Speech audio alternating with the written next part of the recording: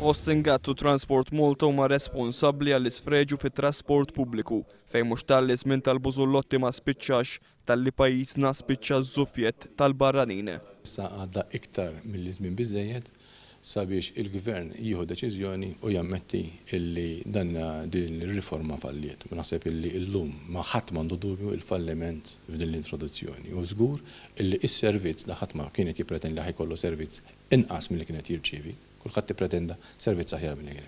Illum letteralment spiċċajna ngħidu illi dak is-servizz tal-ATP kien ħafna aħjar minn tal-Arriva.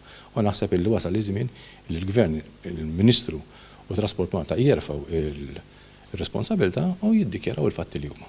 Waqt konferenza tal-aħbarijiet il-kellimew lil laburista Joe Sammut fisser bħala informazzjoni xokkanti dik li ngħatat fil-Parlament fejn irriżulta li l-Arriva diġà tħallsu 324 miljun euro għall-installazzjoni ta' bus stops addizzjonali u kważi 700,000 euro oħra bħala kumpens. L-Arriva ngħatat ukoll ħlasijiet oħra bħala refunds għal spejjeż fuq xogħlijiet infrastrutturali. Joe Sammut fakkar kif minkejja il-familji Maltin u Għawċin ħallsu ma' 700,000 euro f'konsulenzi u studji li damu għaddejjin 3 snin, ir-riforma lanqas biss indirizzat il-ħtiġijiet bażiċi.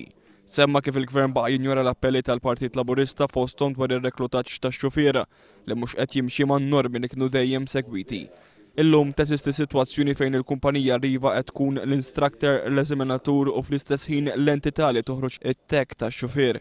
Meta rrefera għall-inċident li seħħ l-erba' mal-bib tal-bombi, Joe Sammut qal li l-aħħar inċident serju fuq karozza tal-linja seħħ 40 sena ilu.